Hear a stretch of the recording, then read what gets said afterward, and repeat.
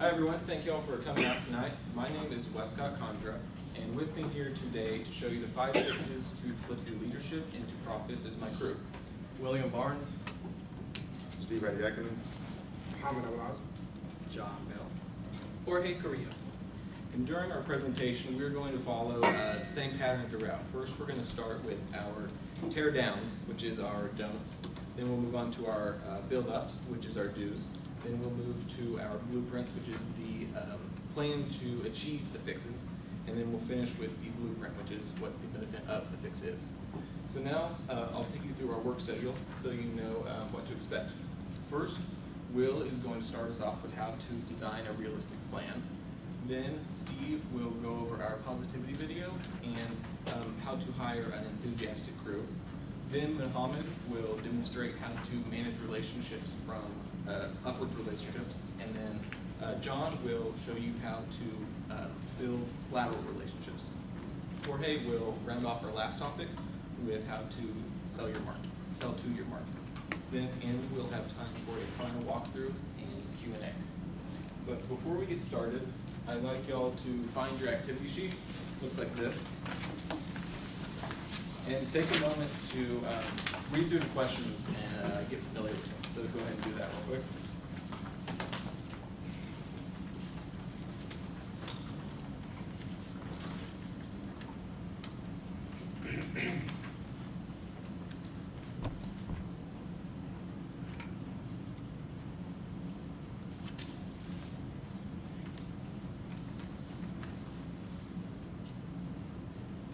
Is that enough time for y'all to read the questions? Yes. All right. So just keep these in the back of your head. We will come back to this activity at the very end, but feel free to answer any of the questions or jot down ideas as we go through our presentation. And now, Will, would you like to get to work? Good evening. So like Westcott said, we're going to go through the teardowns and the build-ups at first. So my first teardown, you want to avoid the misled details of goals. You want to communicate what each detail is going to be of your plan. You don't want to add any fluff. You want to stay upfront and honest to everyone. You also want to avoid expecting perfection because there's always going to be bumps in the road, ups and downs. So you want to have certain things in place to overcome those such failures because that is going to be a part of any goal, any plan you have. And the third, you don't want to overlook small details or small goals. You want to set up intermediate goals, but you want to have your overall large goal. What do you want to achieve?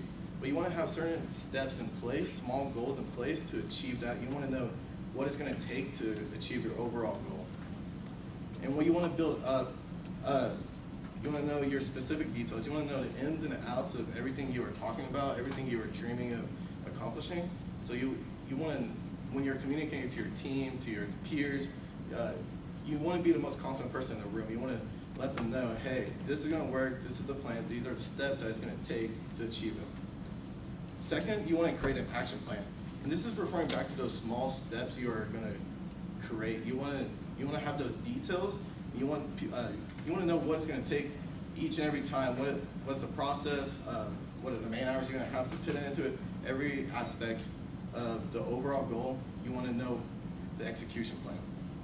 And the third one, you want to communicate the plan properly. So when you are demonstrating this to your peers, your coworkers, anyone, you want to look them, you want to let them know this is the plan. This is what is going to take us over the top. This is my plan.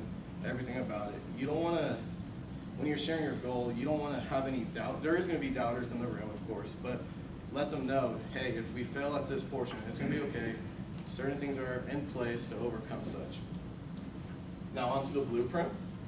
So point 1, you want to conduct market research. You want to know the outcome of your goal. What is going to happen when you achieve it? Who is it going to affect? How is it going to affect them? And such like that. Point 2, you want to establish SMART goals. And who has all heard of SMART goals here? Awesome. And just a refresher, SMART goals stands for specific, measurable, attainable, relevant, and timely. So SMART goals are an essential part of any goal setting strategy. You want to go through each one. You can walk through them, step by step, and you'll you'll have the foundation of what you want to accomplish and how you're going to accomplish it. It is a valuable resource to follow, and it's fairly easy to do so. Point 3, you want to review your progress periodically. So like in any situation, you can look at it quarterly, biannually, annually, whatever it calls for, but you want to go back to those small goals. You want to look back, did I achieve this? Yes? Awesome. You want to be able to celebrate that. You don't want to receive recognition for it, but then if you have those failures in your steps, have something in place too. Let your coworkers, let your peers know that it's going to be okay. You have, hey, we failed at this, but I thought of it ahead of time. Hey, we failed, we're still going to go out, we're still going to celebrate, because it's still working towards that overall goal, and you're going to achieve it eventually. So the profits of maintaining that goal and reaching your overall goal. So first, you're going to improve your team morale. So of course, as a leader, you're going to have certain people below you. You're going to have your peers, people that look up to you, anyone that may identify you as a leader. Once you achieve that goal, that's a huge milestone in your life or your workplace. This is something that's great. Everyone around you is going to work more efficiently. Maybe your goal is for people to work more efficiently. So anything that you accomplish is going to boost that morale in everyone around you. And then point 2 is going to elevate overall performance. So just how when you conduct your market research with like, what's the outcome of your goal? So you're going to know, hey, my goal was to get that A+ in Calculus 2. Everyone, that's very tough. Once you get that A, you're going to boost your GPA. You're going to accomplish something that is very difficult. You're going to, that is what you're going to accomplish, and you're going to improve the overall goal of everything. And another example is just increasing your overall revenue numbers. So that's something that you set out to. That's going to help the company entirely. Point 3, you're going to achieve the desired results. You're going to achieve that A+. You're going to achieve all-time revenue numbers, and it's going to help the outcome of everything in your company, your school, your work life, anything. That's how you design a realistic goal. I'm going to hand it off to Steven. Thank you, William. Hi, my name is Steve Adiyakunu. I'm representing positivity and positive thinking. I want to start off with a short clip. This is MJ Harris. He's a motivational success teacher. He's also a CEO of a large financial services company. He's from Dallas, Texas as well. And he's been featured on the Huffington Post, he's been featured by Oprah, as well as New York Times Magazine, as well as many other magazines. Right now he's here to show us how to deal with negativity. You're not going to be able to be your best self while you're living up under the pain of worrying about what other people say about you. Am I saying that you're not affected by what other people will say about you? Absolutely, you will be affected by it. You will absolutely be affected by it. But the reality is that you don't have to define yourself by the things that other people say about you. For me, when I was a teenager, one of the things that helped me so much was I thought to myself, you know what, who I am is that I am unlimited. You can call me soft, you can call me weak, you can call me all of those other, all those overtired old sayings that folks try to say to you to tear you down. You can try to call me all those things, but the reality is that I know that I'm intelligent. The reality is that I know that I'm gorgeous. The reality is that I know that I'm going to accomplish a whole lot. I knew those things about myself. So when I used to tell myself, I remember when they would bully me as a kid, I would say to myself this in my head. I said, you say what you want, but one day your ass going to be working for me. I used to say that, part of my language, but I used to say that in my own mind. I used to say, I'm like, listen, you spend all your energy worried about me. I'm living my best life. I'm being the best me that I can be. And the reality is that you're just focusing on your pain, all right? And the fact is, your pain is. All right. So that was a short clip from MJ Harris. He told us about how he went through his whole life dealing with negativity and how he kept a positive affirmation, positive thinking to himself, and that led him throughout his whole childhood. I know when I was younger, my childhood was basically when I was junior high. I started trying to become more popular, like my brother. He was popular. Well, I was trying to be a big fish in a big pond. Brother, he was popular, but for the wrong reasons. He was a bully. He fought, he did many things that were uncommendable. And I didn't want to copy that part of his lifestyle, but I wanted his popularity. So I started hanging around him, picking up his mindset, his negative thinking, and making negative thinking into a habit. And so when it deeply ingrained in myself, to where, I guess I was successful in negative thinking because a few years later, my brother confronted me about something that I still don't know what to this day. He punched me square in the face, and that's where I got this beautiful chipped tooth from, you know. A few years later, he was court ordered to go to a military school, and when he came back from military school, me and him got in a fist fight. And what ended the fight was him taking a rusted aluminum broomstick handle and swinging it at me and taking a huge chunk of meat off my chest. So from then on, I focused on being more positive, but slowly, until I started this presentation of MJ Harris video, which I started about a few months ago. His positivity helped me change my life and being more positive. And a lot of y'all are going through the same thing, or went through the same thing, or know somebody that went through the same thing. And I want to help y'all through this time. All right. So first, we're going to start with the teardowns, the things you should stop doing. You should stop talking negatively to yourself. Don't limit yourself because of your nationality, your culture, or even your gender. Because according to United Nations Women article, and globally in 2014, women were seen, there were only 24% of women in the top management positions. And this is because women are seen as caring and nurturing, while top management positions call for male traits that were dominant, assertive, and aggressive. You should stop doing that. You should stop having that mindset. You should stop also tear down separating the worker from the leader. You know, you should stop creating physical distance as well as stop creating frequency. You should build on frequency of interaction between you and your employee. That would help to build trusting and mutual relationships, and help to make you be persuasive, and as well as make the employee helps you to help you give support and feedback more effectively.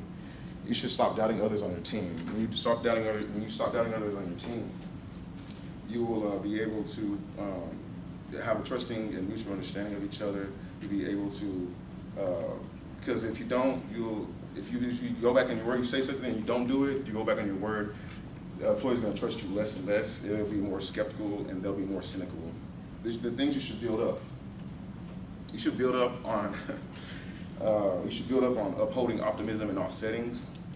You should stay positive, whether by yourself, individually, where the rewards of this would be optimism, hope, resiliency, and in a group setting, you'll get all that in an individual setting, as well as coordination, cooperation, as well as a good flow. And in an organizational setting, the benefits you'll get would be to be interdependent upon each other. You'll get everything from that group setting, but you'll be interdependent upon each other, relying on your beliefs, your values, as well as your goals. You should also, and this will help the organization overall and help the employees create confidence with themselves. You should also possess a passionate view of life. For some of you who don't know, Prozac is an antidepressant drug. It's used to treat mental illnesses. It's used to it's an antidepressant. It's chemically made. It's an artificial drug. And according to the UK, according to Lancaster University School of Management, article in the UK, an article stated that most senior management are dealing with depression and mental illnesses. Most leaders are dealing with mental illnesses and depression. So positivity helps with all that. Positive thinking helps with all that. It helps, but you got to be positive and realistic in all situations. This will help you to have a team that'll follow you and reassure your team that you're going in the right direction. And you should also build lasting effects of positivity. Andrew Carnegie published a book in 1937. It was titled How to Win Friends and Influence People. What this is about is is focused on positive thinking, and it's focused on complimenting people as well as appreciating people, and showing people that they're appreciated is a deeply rooted human urge. The blueprint, how we're gonna carry this out, is we're gonna focus on people's positive traits. You should be more empathetic, enthusiastic, more open. You should show your strengths and weaknesses, as well as invite them to your everyday decisions and your thought process. This will help. This will create that trust. Reject people's negative ideas. you should frequently twist meanings in excessively positive ways. You should also train yourself to practice positive philosophies like even self-hypnosis, positive affirmations, and even prayer. You should reject people's idea that you should reject the idea that pleasure is sinful. You should work with diverse people as well. When you work with diverse people, you'll be able to have different backgrounds and different cultures that you'll able to promote positivity, and it'll help bring you up. If you fall into a rut, the people from diverse backgrounds will help bring you up. If you focus on group think, then when you're down, everybody else is down, and it'll be a hard time for y'all to get up from that. And the profits you'll get out of this is you'll be able to use tools for positive thinking by doing positive affirmations, and it'll help create positivity, positive thinking. You'll be able to, and positive thinking is a tool for life coaches, therapists, psychologists to help with mental illnesses and diseases. You'll be able to help effectively influence followers, and it'll help with the overall organization effectiveness and confidence as well. You'll be able to develop a passion for leading. Being excessively positive is a highly attractive trait that exudes confidence and authority. Being positive is going to being positive is it'll help the worker to. You don't have to be micromanaging the worker. It'll create autonomy within the worker. You don't have to be there all the time to go through their goals and help them attain their goals. And lastly, the profits you'll get is create a positive team culture where if you're positive, where everything on the outside is negative, you exude that confidence, that strength, that authority, which is going to permeate through you, within you, through you, and to the people around you and others on your team. All right, that's my part of the presentation. Now I'll pass it on to Mohammed. Take care. Thank you, Stephen. How are you guys doing tonight? Sweet. Tonight I'm going to talk about managing upward relationship. But before I go into details, I'm going to give you two quick definitions based on my experience and my point of view. First, and then I'm going to give you a professional story about myself in a workplace.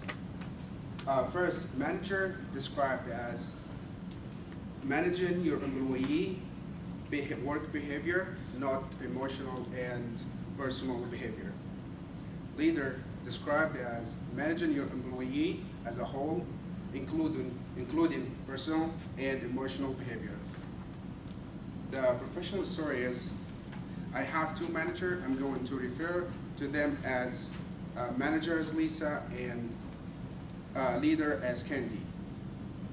Lisa will tell you what to do and what she needs to be done, and she will let you drown, or she will not give you any details about the assignment.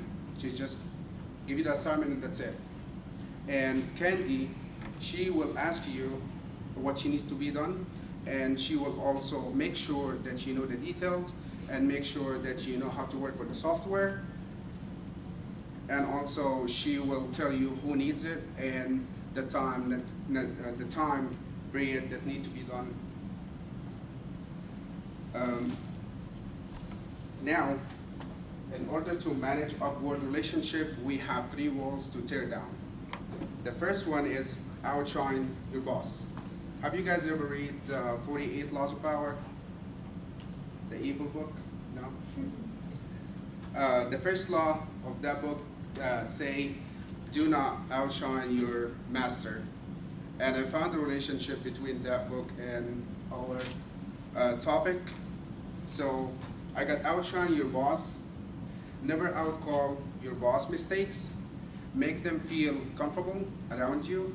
Also make them feel talented and make them feel that they know what they're doing in order to move up and to manage their option as well. As my coworker always complain about our boss, especially after each meeting, and he also say that they didn't know their job, they didn't know what they're doing.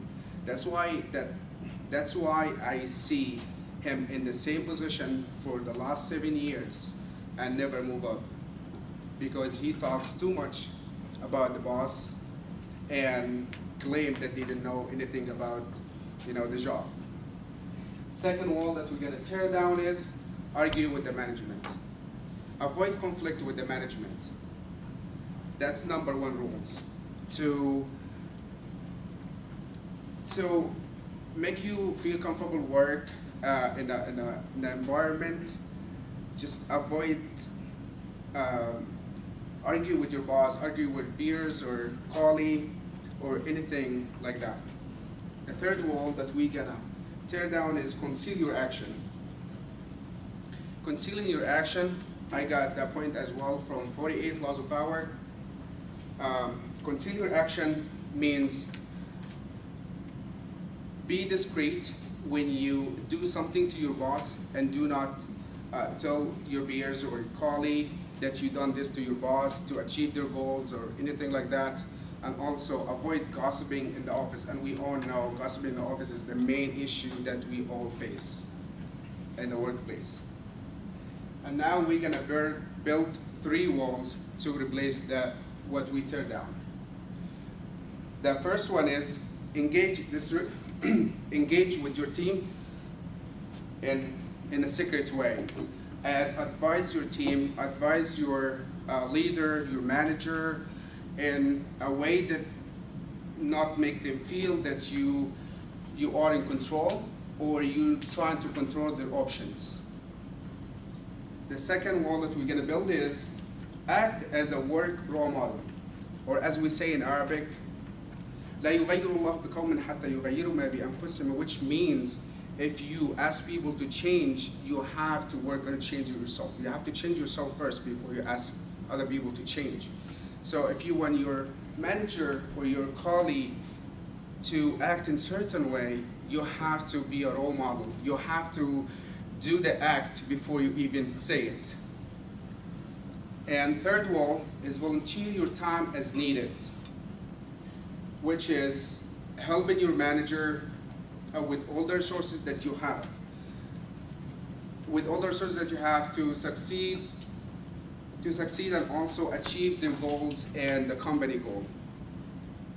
My story about that, last month my manager came from her vacation, and then she looked very stressed. So me and her had a small talk, and then found out that she has about 241 projects that need to be done in terms of budgeting, creating budget, and modifying the budget. So I offer my help, and the software that we work on is very slow. So I used another software. I finished it. A few days later, I went to her and I told her I'm done with the projects that she gave me. She was very surprised because it was done in very short time, and also with very accurate as well. And that's when she appreciated my work and also put me in the main meeting for capital and funding budget for every week meeting. Our blueprint is control your option. Control your option, limit your option. When you try to give your manager or leader an option to choose from, give them 2 similar options in 2 different forms. That's what I do. And every day, in every day, that's what I do. Just give your manager 2 similar options, 2 different forms to choose from, and the end they will choose whatever you want. Second, adjust your leadership style to others. Be flexible to your leader and to your peers. Also, be valuable resources when it's needed. Our profit is award recognition, where you get performance appreciation. As I told you guys before, my manager appreciate my work and also introduced me to other managers and put me in a meeting with her. Second, achieving your professional goals and moving up in the company. Third, increase your skill set, increasing your experience and professional experience. Now I'm going to hand it to John. Thank you. What's up, guys? So I'm going to talk to you about building lateral relationships. So first I'm going to tell you a story. So I worked for security for like forever. And I had two bosses, completely different types of bosses. The first boss, the first day he came in, he started barking orders. He started talking down to people. When we tried to suggest certain changes, he wouldn't listen. So, and then when we had success, he took all the credit for it. When we had failures, he pointed fingers. And you can understand why he only lasted 6 months. So we had another boss that came in right after him. The first day he got there, he got the team together and he was like, what can I do to help y'all? You know, he listened to our ideas, he collaborated, and again, when we had success, it was team success. When we had failures, it was a learning opportunity. So I'm gonna tell you a couple of things that you can do to build better relationships. So the first thing you don't wanna do or tear down is you wanna believe you know everything. So when you come off as a know-it-all, you come off as selfish. And you miss out on opportunities to work with your team and get valuable input. The second thing you want to tear down is condemning others for mistakes. Some leaders spend all their time condemning people instead of spending valuable time letting them learn from their mistakes, like the second manager I talked to you about. So the third thing you want to tear down or don't do is isolate yourself on the team. You want to build a team environment. You're more valuable with a team than you are individually. So now I'm going to talk to you about things you want to build up or things you want to do. So the first thing, you want to adopt a team first mentality. You want to adopt a environment where everybody feels valued and everybody works together. The second thing you want to build up is view opinions from all angles. And what that means is look at the situation, look at yourself through somebody else's eyes. And you might figure out that they're not the problem, you are. So the third thing you want to build up is pitch around common goals. When you have a difficult situation, take a step back, look at the goals you both want to achieve, and you can find common ground. So now I'm going to give you the blueprint to do all this. The first point, act as a facilitator, just like my second manager. You want to come together. You know, he came in the room and he stopped talking and he listened. He let everybody put in their input. He respected everybody's idea. And he facilitated instead of dictating. The second blueprint you want to do is listen more than you speak. Sometimes we feel like our best quality is speaking, but it's far more valuable to listen than it is to speak. The third blueprint is seek positive collaborations. Again, the whole thing with it, seek to work together. Seek out positive collaborations because you can get things done faster as a group than you can do individually. So now I'm going to tell you the profits by implementing this blueprint. The first profit is it enables everyone to feel included. When you build a team environment, everybody feels included. Everybody feels like what they say matters. The second profit is bridges differences and finds commonality. When you view yourself, view the situation through another person's eyes, you can bridge differences, you can work out problems, and you can find common ground. The third profit, it creates shared success. When one person succeeds, we all succeed. Everybody feels good sharing in the success of the team. So that's what you can do. Those are the profits you gain by building lateral relationships. So now I'm going to pass it off to Jorge, who's going to talk to you about selling to your audience. Hi guys. So this is the fifth and final step of the house building. Now we have to put it on the market. We have to present the house in a way that people will find it attractive. So let's start off with some of the teardowns, right? So our first teardown is issuing commands to people. Why do you guys think that you shouldn't issue out commands? How do you feel when you get a command? I feel miserable. Right. Do you guys know why you kind of feel miserable? Do you know? Like, Feels like I'm not given a choice of what's happening. do you feel like the person who's telling you this is putting their needs and wants instead of yours? That's fair. So whenever you execute a command, do you do it to your full potential, or are you kind of like half-hearted, kind of hoping that it doesn't work out so you can have that "I told you so" moment? I'm gonna say I did my full. Okay, you tell them you did your full. Okay, so what issuing commands does, as I briefly said, is it puts your needs and wants and places them on the person without examining what they have to say. And it really shuts down who you're talking to. Because once you give it to them, they feel like they have no input. It's not collaborative anymore. So the second thing we're tearing down is forgetting the what's in it for me factor. I work in digital marketing, and so I have to write a fair amount of ads daily. And one of the first criticisms I got at the beginning was, you're not addressing the what's in it for me.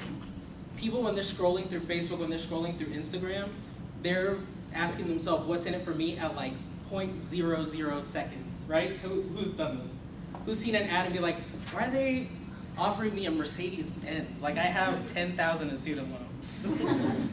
So the last thing we're tearing down is we're presenting your idea without confidence. So this is like in a team suggestion setting where you're like, oh, I think we should do this, but you say it in like a low voice and you kind of shrug it off. Or at the end you put a qualifier like, I don't really know, I'm not really too attached to the idea. The reason you do that is, you want to avoid that is because you want to present it confidently. If you're not saying it confidently, people aren't going to listen because they're going to say to themselves, oh, if this person's not attached to the idea, let's just scrap it. Let's not really examine their thought process. Let's not examine how they came to present that to us. So let's build up some walls now that we've torn those down. Creating a realistic action plan. This is whenever you're about to go into a team meeting or you're about to meet with someone, this is, okay, I have this amount of time, I have these amount of questions, I've done my research beforehand, so I'm not gonna ask them questions that they'll be like, why didn't they just Google this, right? The next thing, we are going to have a purposeful conversation. So maybe you are going to talk to your boss, but your boss hasn't told you what they're trying to meet with you about. How many people get anxiety as soon as they see something in their calendar, right? So you want to have a purposeful conversation. You want to know what you're going to talk about going into it so you can research beforehand. The last thing we are building up is create a clear sales structure. So I view as a collaboration, or whenever I'm trying to come up with ideas and present them to other people, as a sale. I am trying to get them to buy into what I am saying. So in our blueprint, we are going to talk about how we can do that. So the first thing we are going to do is we're going to identify the pain points.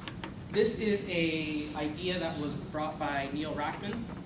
It's called the spin selling model. And identifying the pain points can be something as easy as, like I said, researching beforehand, finding out what the explicit needs of the person is. So let's say you have a group project due.